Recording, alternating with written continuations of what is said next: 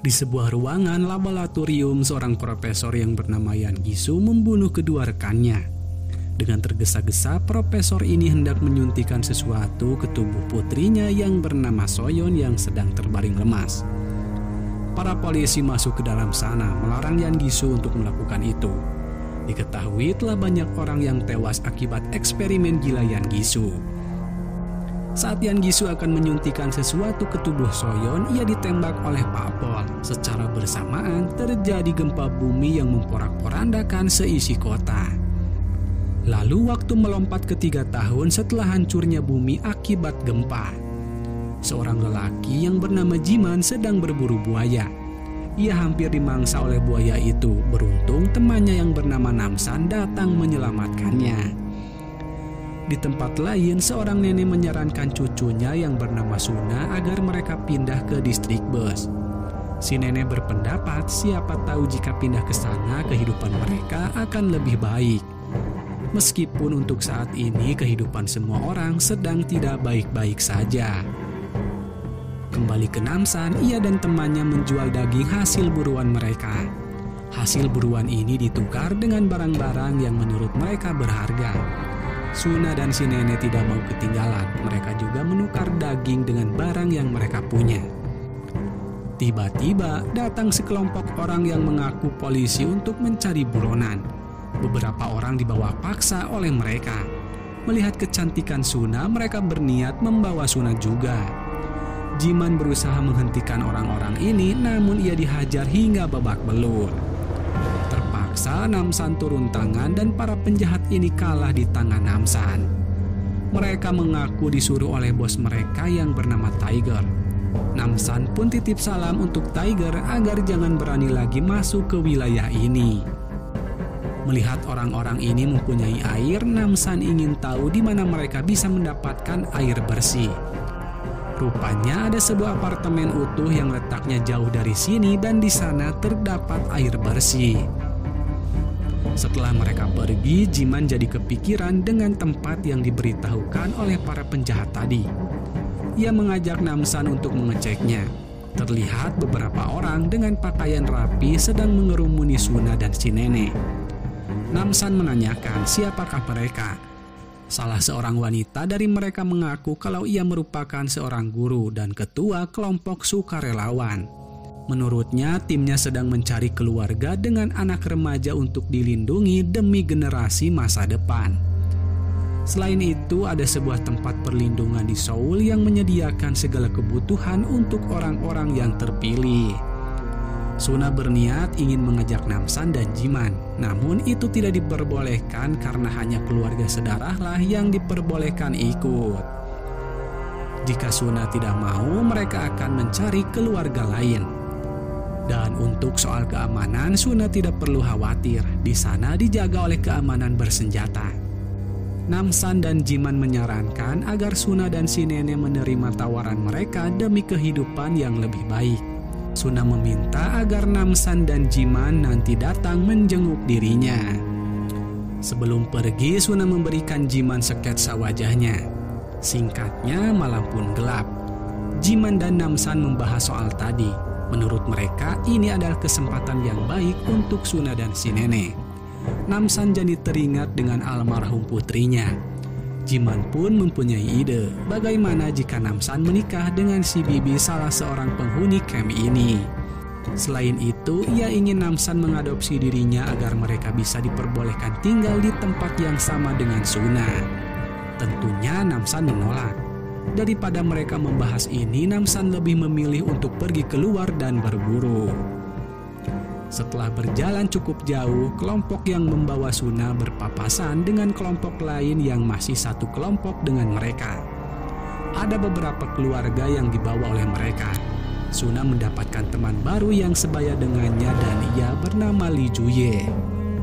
Di sisi lain, Jiman terus ngedumel karena ia tidak rela Suna pergi. Kembali ke Suna, si nenek kelelahan. Si ibu guru menyuruh anak buahnya untuk mengantarkan neneknya Suna dan salah seorang kakek-kakek ke klinik mereka. Sementara yang lain akan terus melanjutkan perjalanannya. Belum juga jauh mereka berpisah, ada sebuah mobil yang sedang menunggu mereka. Suna jadi bertanya-tanya, jika mobil jemputannya sedekat ini, seharusnya neneknya ikut saja bersama mereka. Si ibu guru pun mengatakan kalau si nenek akan dijemput esok pagi. Mereka pun digiring masuk ke dalam mobil. Di tempat lain, tanpa diduga, si nenek dan si kakek dibunuh oleh bawahan si ibu guru. Jiman dan Namsan yang kebetulan ada di sana langsung menyerang orang-orang ini. Sialnya mereka berdua kuat meski sudah ditusuk dan dipanah. Jiman dan Namsan kaget melihat ada orang yang seperti ini. Lalu datang seorang wanita membantu mereka. Paginya setelah menguburkan si nenek, wanita yang membantu mereka rupanya sengaja datang ke sini untuk menemui Namsan. Ia datang ke sini berniat untuk meminta bantuan Namsan untuk menyelamatkan warga apartemen dan bawahannya. Namsan menanyakan makhluk apa dua orang yang mereka penggal ini. Lee Eun-ho menceritakan kalau dulunya ia merupakan sersan pasukan khusus Angkatan Udara. Saat mencari penyintas, unitnya menemukan apartemen yang tidak runtuh. Pihak Lee bersama para penyintas memperbaiki apartemen ini. Tiba-tiba seorang profesor yaitu Yan Gisu datang ke sana. Awalnya semua berjalan dengan baik, hingga datang suatu hari kedoknya Yan Gisu terbongkar. Anak-anak yang dibawa Yan Gisu tidak pernah kembali lagi. Rupanya Yan Gisu dan Sersan Kwon telah bekerja sama tanpa sepengetahuan Lee. Yan Gisu telah bereksperimen membuat orang-orang susah mati. Menurut mereka, semua ini demi masa depan umat manusia. Dan jika itu tidak dilakukan, orang-orang di sini tidak akan bertahan lama di tengah kondisi bumi yang tidak seperti dulu lagi. Lee yang menolak eksperimen ini, ia memilih kabur meninggalkan tempat ini. Dan untuk saat ini, Namsan hanya ingin menyelamatkan Suna saja. Di tempat lain, Suna dan rombongannya tiba di apartemen. Mereka disambut oleh para penghuni lama dan juga Yan Gisu sebagai penanggung jawabnya. Yan Gisu memberikan motivasi kepada para pendatang. Lalu mereka dibagi air minum. Suna meminta 2 botol, ia ingin memberikannya kepada sang nenek. Kemudian Suna memasuki kamar apartemennya. Ia sangat senang, di sana sangat bersih dan rapi. Kembali ke Namsan, Sersan Lee menyusun rencana agar mereka bisa menyusup dan membebaskan orang-orang. Di tempat lain, Tiger dan anak buahnya sedang mempertarungkan orang-orang secara paksa. Tiger dan kelompok musuhnya malah berkelahi karena salah satu dari mereka kalah taruhan. Tak berselang lama, Namsan datang ke sana. Tiger yang dendam kepada Namsan karena dulu ia pernah kalah berkelahi, menyuruh kelompok musuhnya untuk bertaruh mengalahkan Namsan. 3 kelompok ini pun berkelahi. Namsan, Jiman, dan Lee bisa dengan mudah mengalahkan 2 kelompok lawannya. Kembali ke Suna, ia menanyakan kapan neneknya datang. Si ibu guru menenangkan Suna kalau neneknya akan segera tiba. Yan Gisu mengumumkan nilai tertinggi anak-anak yang sekolah di apartemen ini. Untuk peringkat pertama, kedua orang tua mereka berhak tinggal di kamar apartemen terbaik. Yan Gisu menyemangati lagi bahwa mereka harus percaya dan mendukung anak-anak mereka. Lalu Suna dan anak yang lain diminta untuk pergi ke lantai 8. Sekarang anak-anak dan orang tua dipisahkan. Orang tua pendatang baru dibawa ke lantai bawah. Di sana ada banyak orang tua yang lain yang sedang bekerja menyaring air kotor. Di tempat lain, Namsan menanyakan kepada Tiger bagaimana dirinya bisa mendapatkan air dalam botol ini. Menurut Tiger, orang-orang di apartemen itu memonopoli semua air, sementara para geng menukar sesuatu demi air itu. Awalnya mereka menerima siapapun, tapi kini mereka hanya menerima anak-anak usia remaja. Tiger tidak tahu kenapa mereka melakukan ini. Dan Tiger bisa masuk ke sana hanya hari pengantaran saja, yaitu saat mengantarkan barang. Suna dan Juye dibawa masuk ke dalam kelas. Suna melihat keanehan, anak-anak di sana terlihat murung dan hanya diam seperti orang yang sedang melamun. Setelah mereka memperkenalkan diri, si ibu pun langsung mengajar. Suna melihat keanehan lain.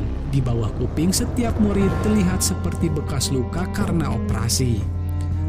Di saat jam makan, Yan Gisu datang mengecek kondisi mereka. Juye yang masih polos, ia bersedia membantu penelitian Yan Gisu. Suna pun kembali menanyakan di manakah neneknya. Mereka beralasan si nenek sakit dan harus beristirahat 2-3 hari. Karena kecurigaannya, Suna tidak berani minum air yang ada di sini. Sersan Kwon bertanya, harus sampai kapan ia bergantung dengan serum ini? Ia mengkhawatirkan 2 anak buahnya yang belum juga datang. Untuk menghadapi situasi seperti ini, Kwon menyarankan agar Yan Gisu membagikan serumnya. Dan ia ingin serum ini dibawa sendiri-sendiri. Menurut Yan Gisu, ia tidak bisa melakukan itu. Saat teman-temannya terlelap, Suna mengendap-endap pergi dari kamarnya.